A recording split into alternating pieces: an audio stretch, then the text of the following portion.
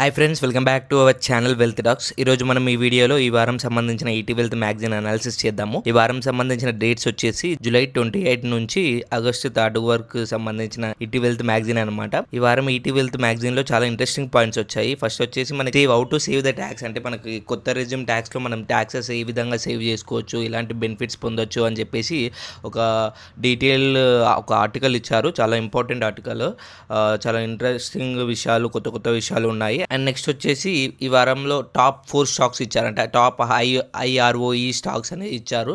అవి మనం ఎలా చూడాలి, ఆ స్టాక్స్ ఎలా మనం అర్థం చేసుకోవాలని చెప్పేసి ఒక కంప్లీట్ డీటెయిల్ రిపోర్ట్ ఇచ్చారు. అలాగే మనకి ఫినాన్షియల్ ప్లానింగ్ సంబంధించిన ఎలా ప్లాన్ చేసుకోవాలి అండ్ ఎలా ఫాస్ట్గా మనం రిటైర్ అవ్వాలని చెప్పేసి మనకు కూడా కంప్లీట్ ఒక ఆర్టికల్ వచ్చాయి.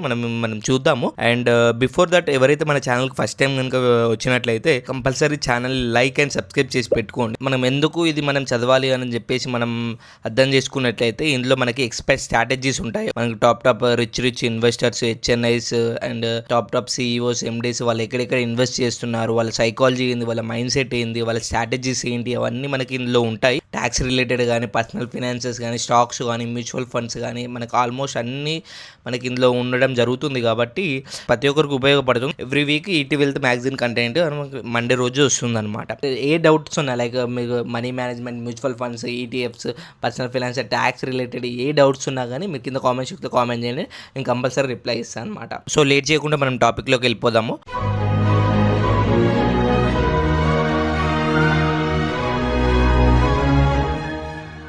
ఇక్కడ చూసుకున్నట్లయితే హౌ టు సేవ్ ట్యాక్సెస్ అని చెప్పేసి కవర్ స్టోరీ ఇచ్చారు. ఈ కవర్ స్టోరీలో smart way save taxes in new resume అనమాట. న్యూ రెజ్యూమ్ లో, అంటే old tax resume, new tax resume 2 types ఉంటాయి కదా. సో రెజ్యూమ్ లో మనకి ఏ విధంగా మనం ట్యాక్స్ అనేది ఎఫిషియెంట్ గా మనం ఏ విధంగా సేవ్ చేసుకోవచ్చు అని చెప్పేసి మనకి ఇక్కడ ఇచ్చారు. ఇక్కడ ఏం చెప్తున్నారంటే మనం you can still save the taxes without claiming the old deductions అనమాట. Like section 80C and HRA సంబంధించిన ట్యాక్స్ బెనిఫిట్స్ ఉంటాయి కదా, అవి మీకు without claiming old deductions and పాత ఓల్డ్ రెజ్యూమ్ ట్యాక్స్లో అవి డిడక్ట్ చేయకుండా మనకి ఇంకా ఎఫిషియెంట్గా మనకి ట్యాక్సెస్ అనేది మనం తగ్గించుకోవచ్చు. ఎలాగో చూసుకున్నట్లయితే ఫస్ట్ వచ్చేసి ఎన్పిఎస్లో ఇన్వెస్ట్ చేయడం అనమాట. మీ income per annum 25 lakhs, 35 lakhs ఎంత ఉన్నా కానీ మీకు ఎన్పిఎస్లో కాంట్రిబ్యూషన్ అనేది మీరు ఎక్కువ చేసుకున్నట్లయితే from your basic salary, so అక్కడ నుంచి మీకు మీ ట్యాక్స్ అనేది ఫ్రీగా ఉంటుంది అనమాట. ఎన్పిఎస్లో ఇన్వెస్ట్ చేయడం వల్ల న్యూ ట్యాక్స్ రెజ్యూమ్లో మనకి ఫ్రీ ట్యాక్స్ అనేది ఉంటుంది. అలాగే ఈపీఎఫ్ కాంట్రిబ్యూషన్, ఓకేనా. ఈపీఎఫ్ అనేది మీకు ఎంప్లాయీస్ అయితే కంపల్సరీ ఈపీఎఫ్ ఉంటుంది కదా, ఎంప్లాయీ ప్రొవిడెంట్ ఫండ్ అనేది. సో అందులో కూడా మీ మినిమం శాలరీ కన్నా కొంచెం పర్సెంటేజ్ ఆఫ్ కాంట్రిబ్యూషన్ అనేది ఎక్కువ పెట్టుకుంటే దాని ద్వారా కూడా మీరు ట్యాక్స్ బెనిఫిట్స్ అనేది పొందొచ్చు అని చెప్పేసి మనకి ఈ కవర్ స్టోరీలో ఇస్తున్నారు. అండ్ నెక్స్ట్ చూసుకున్నట్లయితే ఆర్బిట్రాజ్ ఫండ్స్ అనమాట. లైక్ మీరు ఈక్విటీలో, మీకు ఎన్పిఎస్ అంటే మనకి సమ్వాట్ మనకి కొంచెం ఈక్విటీ రిలేటెడ్ ఇన్వెస్ట్మెంట్స్ ఉంటాయి కాబట్టి అవి కాకుండా మీరు కన్జర్వేటివ్గా ఆలోచించినట్లయితే మీకు ఆర్బిట్రాజ్ మనకి బెటర్ ఆప్షన్ అని చెప్పేసి మనం చూసుకోవచ్చు. Prefer to stay in FD and డిప్ట్ ఇన్స్ట్రుమెంట్ కంపేర్ చేస్తే మనకు ఆర్బిట్రాజ్ ఫండ్స్ అనేది బెటర్ అడ్వాంటేజ్ ఉంటుంది, బెటర్ రిటర్న్స్ వస్తాయి. దాంతోపాటుగా మీకు ట్యాక్స్ అడ్వాంటేజెస్ కూడా ఉంటాయి అని చెప్పేసి మనం అర్థం చేసుకోవచ్చు. సపోజ్ మీరు ఒకవేళ సెల్ఫ్ ఎంప్లాయిడ్ అయినా, ఫ్రీలాన్సింగ్ చేసినా, ఏం చేసినా కానీ వాళ్ళకి సపరేట్ ప్రిజర్మెంట్ ట్యాక్స్ ఉంటుంది. లైక్ సెక్షన్ 44A కింద మీకు వచ్చిన ఇన్కమ్లో 50% మాత్రమే మనకి ట్యాక్స్ వేసే అవకాశాలు ఉంటాయి అన్నమాట. బై గిఫ్టింగ్ యువర్ మనీ, ఓకేనా. By gifting in your money, like your father name మీద కానీ, వైఫ్ నేమ్ మీద కానీ ఇన్వెస్ట్మెంట్ చేసినట్లయితే ఆ విధంగా కూడా మీరు కొద్ది వరకు ట్యాక్సెస్ సేవ్ చేసుకోవచ్చు. అండ్ ఇంకొకటి ఏంటంటే మీరు ట్యాక్స్ సేవింగ్ చేసుకోవాలంటే మీరు ఈక్విటీలో ఇన్వెస్ట్మెంట్స్ ఉన్నట్లయితే, లైక్ మ్యూచువల్ ఫండ్స్లో కానీ, స్టాక్స్లో ఉన్నట్లయితే మీకు ట్యాక్స్ హార్వెస్టింగ్ చేయండి. ఇప్పుడు మనకి ఆల్మోస్ట్ మన కరెంట్ ఫైలింగ్ వచ్చేసి September 15th అనేది మన డెడ్ లైన్ ఉంది. అంతవరకు వెయిట్ చేయకండి. Before that as soon as possible ఎప్పుడు ఫైలింగ్ చేసుకోవాలంటే అప్పుడు ఫైలింగ్ చేసుకోండి. ఎందుకంటే మీకు రిటర్న్స్ వచ్చే అవకాశాలు కూడా ఎక్కువ ఉంటాయి. ఒకవేళ రిఫండ్ ఇట్లా ఫైలింగ్ చేసుకున్నట్లయితే మీకు ఆల్మోస్ట్ ఒక 5 to 6 daysలో కానీ రిఫండ్ వచ్చే ఛాన్సెస్ ఉంటాయి అనమాట. మీరు లేట్ చేశారనుకోండి మాకు రిఫండ్ కూడా పాసిబిలిటీ అనేది చాలా తక్కువ ఉంటుంది అనమాట. అది మీరు మైండ్లో దృష్టిలో పెట్టుకోండి. ఇక్కడ కొన్ని అలవెన్సెస్ ఇచ్చారు. ఓల్డ్ ట్యాక్స్లో ఏమేమి అలవెన్సెస్ అండ్ న్యూ ట్యాక్స్లో ఏమేమి అలవెన్సెస్ అని చెప్పేసి.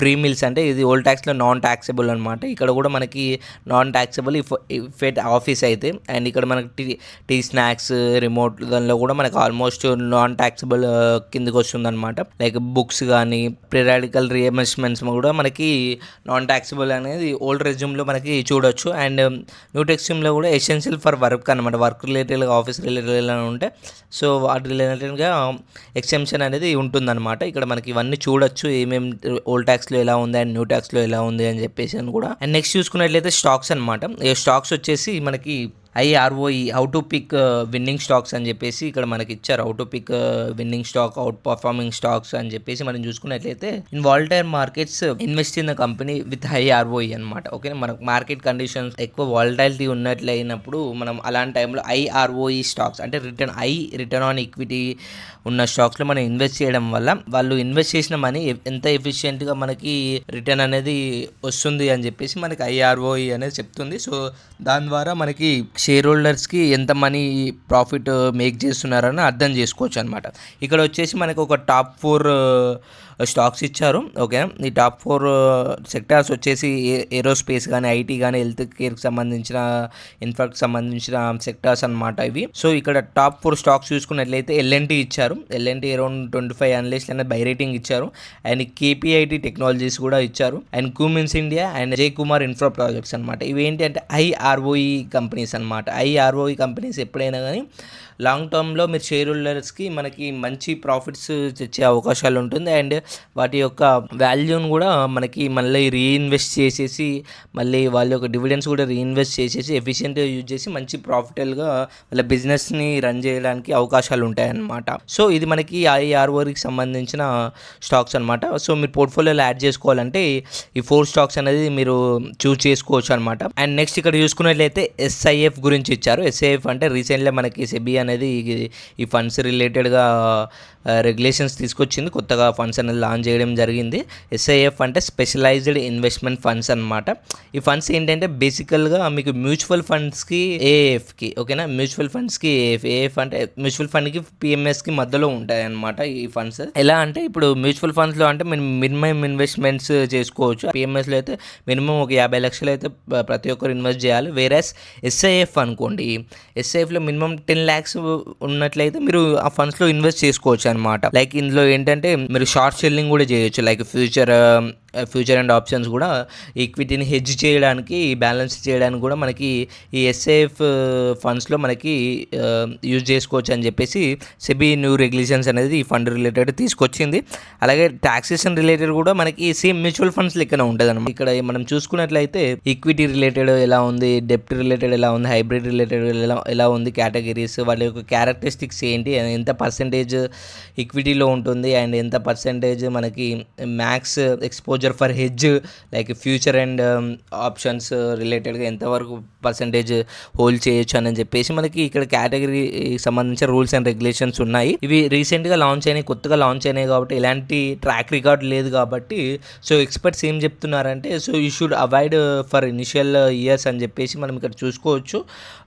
ఎలాంటి ట్రాక్ రికార్డ్ లేదు కాబట్టి సో ఒక ప్రూవెన్ ట్రాక్ రికార్డ్ ఉంటే then better you go with this kind of specialised investment funds అనమాట. SIF అనేది మీ పోర్ట్ఫోలియోలో 100% వెయిటేజ్ అనేది ఉండకూడదు. అట్లీస్ట్ ఒక 10 to 15% వెయిటేజ్ ఉన్నట్లయితే అది బెటర్ రిస్క్ అడ్జస్టెడ్ రిటర్న్ అనేది కూడా మనం చెప్పుకోవచ్చు అనమాట. ఇది మీ పోర్ట్ఫోలియోలో ఒకవేళ ఇన్వెస్ట్మెంట్ చేయాలనుకున్నా కానీ ఎక్కువ పోర్షన్ మాత్రం ఇన్వెస్ట్ చేయకండి. సో లిటిల్ పోర్షన్ ఇన్వెస్ట్ చేసుకొని then you can track and see and how the fund is performing అని చెప్పేసి అని చెప్పుకోవచ్చు అనమాట. ఓకేనా, నెక్స్ట్ వచ్చేసి మ్యూచువల్ ఫండ్స్ గురించి సమ్ సెబీ రిలేటెడ్గా కొన్ని రెగ్యులేషన్స్ వచ్చేసి ప్రపోజ్లో ఉన్నాయని చెప్పేసి చెప్తున్నారు. సో సింపుల్గా ఇక్కడ మనకి ఏం చెప్తున్నారంటే ఇప్పుడు సెబీ అనేది కొత్త రూల్ తీసుకొచ్చింది. ఏంటి అంటే మనకి ఏదైనా కంపెనీ ఏదైనా AMC కానీ 5 years ట్రాక్ రికార్డ్ ఉండి అబోవ్ 5,000 crores ఆఫ్ AUM కనుక ఆ మ్యూచువల్ ఫండ్ కనుక ఉన్నట్లయితే సెబీ ఏం చెప్తుంది ఇక్కడ నుంచి ఆ ఫండ్లో మనకు కొత్త ఇన్వెస్ట్మెంట్స్ ఆపేయాలి అండ్ అలాంటి కేటగిరీని మీరు ఇంకోటి కొత్తగా ఇంట్రడ్యూస్ చేసుకోవచ్చు అని చెప్తుంది అనమాట. సో ఇది మంచిదా కాదా అంటే నా దృష్టిలో ఇది పెద్ద డిఫరెన్స్ ఏం మేక్ చేయదు. Even though investments are going to in same category and same thing అనమాట. పెద్ద డిఫరెన్స్ అనేది మేక్ చేయదు. సో సెబీ అనేది ఇలాంటి రూల్స్ అనేది తీసుకురావడం జరిగింది. సో అలాగే మనకి ఇక్కడ సెబీ అనే లైఫ్ సైకిల్ ఫండ్స్ అనేది కూడా మనకి ఇంట్రడ్యూస్ చేయడం జరుగుతుంది. చూసుకున్నట్లయితే ఇక్కడ retirement life cycle for F&O fund of funds 2035 years వరకు మనకి ఇక్కడ టెన్యూర్ అనేది కూడా ఇవ్వడం జరిగింది. Funds first 4 years and next 3 yearsలో హైబ్రిడ్ ఫండ్స్ అండ్ దాని నెక్స్ట్ ఇయర్స్లో డెప్ట్ ఫండ్స్లో మనకి ఈ ఫండ్స్ అనేది మనకి ట్రాన్స్ఫర్ చేయడం అంటే షిఫ్ట్ చేయడం జరుగుతుంది అనమాట. సో దట్ ఏంటంటే ఇది లైఫ్ గోల్ బేస్డ్ ఇన్వెస్ట్మెంట్స్ అనమాట. మీ ఏజ్ పెరిగిన కొద్దీ మీకు డెప్ట్ ఇన్స్ట్రుమెంట్స్లో అనేది వెళ్ళిపోతుంది అనమాట. సో దట్ సెబీ కూడా ఇలాంటి ఫండ్స్ తీసుకురావడానికి ప్లాన్ చేస్తుంది అనమాట. సో ప్రపోజ్లో ఉన్నాయి.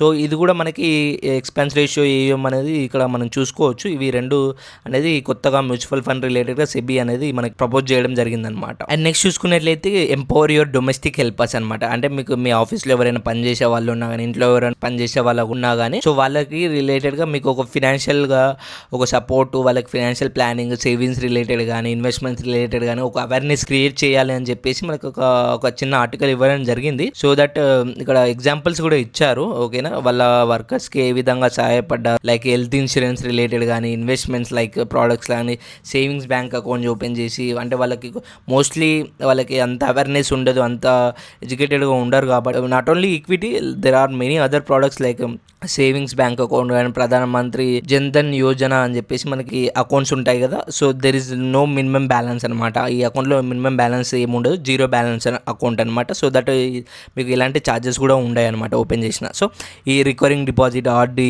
మనకి ఫిక్స్డ్ డిపాజిట్లు and PPF, Sukanya Samriddhi Yojana, Mahila Samman saving certificate women అయితే, and mutual fund SIP if they are taking to willing to high risk, వాళ్ళ పిల్లలకి ప్లాన్ చేసుకోవాలన్న, ఎడ్యుకేషన్, పిల్లల ఎడ్యుకేషన్కి, హౌస్ హోల్డ్ థింగ్స్కి, లైక్ ఏమన్నా బిజినెస్ స్టార్ట్ చేయాలనుకుంటే వాటి రిలేటెడ్కి హెల్ప్ అనేది, ఈ ఆప్షన్స్ అనేది వాళ్ళకి యూస్ఫుల్ అవుతాయి అన్నమాట. ఇక్కడ చూసుకున్నట్లయితే హెల్త్ ఇన్సూరెన్స్ అయితే గవర్నమెంట్ అరౌండ్ ఆయుష్మాన్ భారత్ ప్రధానమంత్రి అండ్ జన ఆరోగ్య యోజన అని చెప్పేసి ఫ్యామిలీకి ఒక 5 లక్షల కవర్ ఉంటుంది. సో యాన్యువల్ ప్రీమియం అనేది ఫ్రీయే ఉంటుంది ఫర్ బెనిఫిషియరీ, కొంతమందికే ఇస్తారు.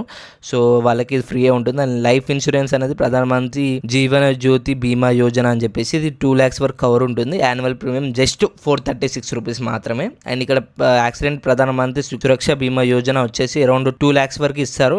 యాన్యువల్ ప్రీమియం జస్ట్ 20 రూపీస్ అనమాట. రిటైర్మెంట్ ప్లాన్ వచ్చేసి అటల్ పెన్షన్ యోజన, ఇక్కడ మినిమం 42 నుంచి స్టార్ట్ చేసుకోవచ్చు. 1000 రూపీస్ పర్ మంత్ పెన్షన్ వచ్చేటట్టు, అంటే 40 రూపీస్తో మీకు సర్టన్ పీరియడ్ ఇన్వెస్ట్మెంట్ చేసి 1000 రూపీస్ అనేది ఎవ్రీ మంత్ మీకు బ్యాంక్ అకౌంట్లో క్రెడిట్ అవుతుందని చెప్పేసి స్కీమ్ అనేది ఉంటుందన్నమాట. ఓకేనా, సో ఇది ఈ విధంగా మీరు డొమెస్టిక్ అంటే మీ వర్కర్స్ కానీ, మీ ఎంప్లాయీస్ కానీ ఎక్కువ అవేర్నెస్ లేని పీపుల్ ఉంటే వాళ్ళకి ఈ విధంగా ఈ ఆప్షన్స్ అనేవి బెనిఫిట్ అవుతాయి అనమాట. ఓకే, అండ్ నెక్స్ట్ చూసుకున్నట్లయితే ఇక్కడ హోటల్ స్టేస్ గురించి ఇచ్చారు. ఇక్కడ ఏం చెప్తున్నారంటే సింపుల్గా మీరు ఎప్పుడైనా హోటల్స్ బుక్ చేసుకోవాలన్నా, టూర్స్ వెళ్ళాలన్నా, ట్రావెలింగ్ చేసినప్పుడు ఏంటంటే డైరెక్ట్గా మీరు థర్డ్ పార్టీ వెబ్సైట్కి వెళ్ళకుండా, ఏజెంట్స్ ద్వారా వెళ్ళకుండా మీరు డైరెక్ట్గా హోటల్ ద్వారా బుక్ చేసుకున్నట్లయితే, సో దీని ద్వారా ఏమవుతుందంటే హోటల్ కంపెనీస్ వాళ్ళకి థర్డ్ పార్టీ వెబ్సైట్కి ఎక్కువ పే చేయకుండా, ఏజెంట్స్కి కమిషన్స్ లేకుండా డైరెక్ట్ వీళ్ళు పే చేసుకొని, ఇక్కడ మీకు ఏంటంటే ఇక్కడ ఒక రాయల్టీ పాయింట్స్ ఉంటుంది, ఒక హోటల్ రాయల్టీ ప్రోగ్రామ్స్ ద్వారా మీరు ఫ్రీ స్టేస్ అనేది కూడా మీరు పొందొచ్చు అని చెప్పేసి అనేది ఇక్కడ చూస్తున్నారు. వాటి రిలేటెడ్ కూడా మీకు బెనిఫిట్స్ కూడా ఉంటాయి అని చెప్పేసి అని ఇక్కడ మనం సింపుల్గా ఈ ఆర్టికల్ ద్వారా అర్థం చేసుకో. ఇక్కడ ఇంటర్వ్యూలో వచ్చేసి ఒక financial planning me to retire early at 55. ఓకేనా, ఇక్కడ ఏంటంటే అజిత్ మెహన్ అని వచ్చి CEO of PGIM India mutual fund అనమాట. ఈయన ఆల్మోస్ట్ 26,600 crores అనేది ఏఎం మేనేజ్ చేస్తున్నారు అనమాట. సో ఇలా కేవలం 55 yearsకి వచ్చే వరకే మనకి రిటైర్మెంట్ అనేది తీసుకోవడం జరిగింది. సో దీన్ని ఎలా రిటైర్మెంట్ అచీవ్ అయ్యారు ఏంటి అనేది మనం చూసుకున్నట్లయితే ఇక్కడ ఏం చెప్తున్నాడు అంటే invest early as soon as possible, ఎంత జల్దీ వీలైతే అంత జల్దీగా మనకి ఇన్వెస్ట్మెంట్స్ అనేది ప్లాన్ చేసుకోవాలి. అలాగే ఈయన గోల్ ఓరియంటెడ్ లైక్ రిటైర్మెంట్ కానీ, చిల్డ్రన్ ఎడ్యుకేషన్ కానీ, కొత్త ఇల్లు కొనుక్కోవాలనుకున్నా కానీ goal oriented dedicated investment plans మాత్రమే ఫాలో అయ్యాడు. దాని ద్వారా ఈవెన్ దో మార్కెట్ ఎలాంటి కండిషన్స్లో ఉన్న, ఎన్ని అప్ అండ్ డౌన్స్ వచ్చినా కానీ వాళ్ళ ప్లాన్కి స్టిక్ అయి ఉన్నాడు. అండ్ అవసరం వచ్చినప్పుడు కంపల్సరీ ఫినాన్షియల్ అడ్వైజర్ కూడా సపోర్ట్ కూడా తీసుకున్నాడు అనమాట. సో మనకి ఫినాన్షియల్ అడ్వైజర్ కానీ, ఫినాన్షియల్ సపోర్ట్ కానీ కంపల్సరీ ఉండాలి ప్రతి ఒక్కరికి. ఇక్కడ ఏం చెప్తున్నారంటే హయ్యర్ రిటర్న్స్ అనేది చేజ్ చేయకండి, ఎందుకంటే హయ్యర్ రిటర్న్స్ అనేది చేజ్ చేసినట్లయితే మీరు కొంచెం మిస్టేక్ చేయడానికి కొంచెం పాసిబిలిటీస్ ఎక్కువ ఉంటాయి. Stick to slow and study returns, it will definitely create your wealth in the long term అని చెప్పేసి ఈజీలీ అచీవ్ రిటైర్మెంట్ ఎర్లీ 8:55 అని చెప్పేసి మనకి ఆర్టికల్ ద్వారా ఈయన చెప్తున్నారనమాట. అండ్ నెక్స్ట్ చూసుకున్నట్లయితే ట్రెండ్ మ్యాప్ ఇచ్చారు. ఓకే, ఇక ట్రెండ్ మ్యాప్లో మనకి large cap leads pack in 2025 అని చెప్తున్నారు. 2025లో మనకి ఇక్కడ చూసుకున్నట్లయితే ఆల్మోస్ట్ లార్జ్ క్యాప్ అనేది కొంచెం యావరేజ్గా మీకు 6.4% అనేది రిటర్న్ డెలివరీ చేసింది. వేరే మైక్రో క్యాప్ వచ్చేసి 2.9% డెలివరీ చేసింది. మనం లాంగ్ టర్మ్లో చూసుకున్నట్లయితే ఆల్మోస్ట్ ఇక్కడ 10 years రిటర్న్ మనం చూసుకున్నట్లయితే మైక్రో క్యాప్ అనేది ఆల్మోస్ట్ 22.7% CAGR అని డెలివర్ చేస్తే లార్జ్ క్యాప్ వచ్చేసి అరౌండ్ 12.6% CAGR మాత్రమే డెలివర్ చేసింది. లార్జ్ క్యాప్లో, మిడ్ క్యాప్లో, మనకి స్మాల్ క్యాప్లో చూసుకున్నట్లయితే మీరు లాంగ్ టర్మ్, ఓకేనా, లాంగ్ టర్మ్లో మీరు ఇన్వెస్ట్మెంట్ చేసి హోల్డ్ చేసుకున్నట్లయితే మీరు డెఫినెట్గా better average returns and bench mark కన్నా బెటర్ రిటర్న్స్ వచ్చే అవకాశాలు ఉంటాయని చెప్పేసి మనం ఇక్కడ చూసుకోవచ్చు లాంగ్ రన్లో. సో ఇక్కడ ఏంటంటే మీ రిస్క్ రివార్డ్ ప్రొఫైల్ కూడా చాలా ఇంపార్టెంట్, ఓకేనా. ఈ మైక్రో క్యాప్, స్మాల్ క్యాప్ అనేది మనకి హై రిస్క్ అపెటైట్ ఉన్న కేటగిరీ కిందకి వస్తాయి. సో దట్ మీరు రిస్క్ రివార్డ్ రేషియో, మీ రిస్క్ అపెటైట్ కూడా మీరు మైండ్లో కన్సిడర్ చేసుకోవాలి. మీరు లాంగ్ టర్మ్లో ఆబ్వియస్గా small and micro cap, mid cap stocks అనేది బెటర్గా పర్ఫార్మింగ్ చేస్తాయి. సో దట్ రిటర్న్స్ అనేది చేంజ్ చేయకూడదు ఎప్పుడైనా కూడా. ఓన్లీ రిటర్న్ కేటగిరీ వైజ్గా చూడొద్దు.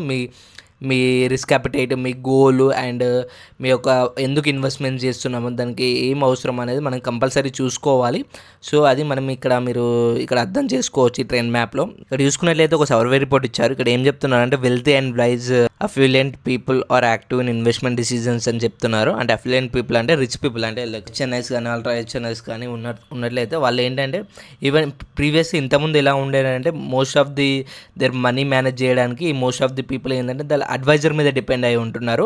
కానీ ఇప్పుడు ఏంటంటే ఈ సర్వే రిపోర్ట్ ఏం చెప్తుందంటే యాజ్ పర్ HSBC ఇప్పుడు ఏం చెప్తున్నారు అంటే they will managing their own money అని చెప్పేసి ఇక్కడ మనకి ఒక సర్వే రిపోర్ట్ అని చెప్తుందన్నమాట. ఈవెన్ మీరు డిఫరెంట్ అసెట్ క్లాసెస్ చూసుకున్నట్లయితే గోల్డ్ కానీ, real estate and equity, fixed incomes, cash, other commodities, real estate investment trust, private equity, private trade, hedge funds, crypto ఇవన్నీ మనకి చూసుకున్నట్లయితే వీళ్ళు ఏంటంటే మనకి ఇప్పుడు ఎక్కువ అనేది యాక్టివ్లో మనకి పార్టిసిపేట్ చేస్తున్నారు. So that is a good thing. But మీకు కంపల్సరీ ఒక ఫినాన్షియల్ అడ్వైజర్, ఎక్స్పర్ట్ అడ్వైజర్ అనేది ఎప్పుడు అనేది కంపల్సరీ ఉండాలి. ఎంటర్ప్రైనర్షిప్ గురించి ఇచ్చారు. ఈ ఎంటర్ప్రైనర్షిప్లో మనకి how you can keep a gym, how you can start A gym business అని చెప్పేసి ఒక చిన్న ఆర్టికల్ ఇచ్చారు. You can go through this. అదే అండి ఈరోజు ఈ వీడియోలో. సో వీడియో నచ్చినట్లయితే కంపల్సరీ లైక్ అండ్ సబ్స్క్రైబ్ చేసి పెట్టుకోండి. అండ్ మర్చిపోకుండా మాత్రం బెల్ ఐకాన్ అయితే ఆన్ చేసి పెట్టుకోండి. So that's it for today's video అండి. Thank you for watching our video. Jai Hind.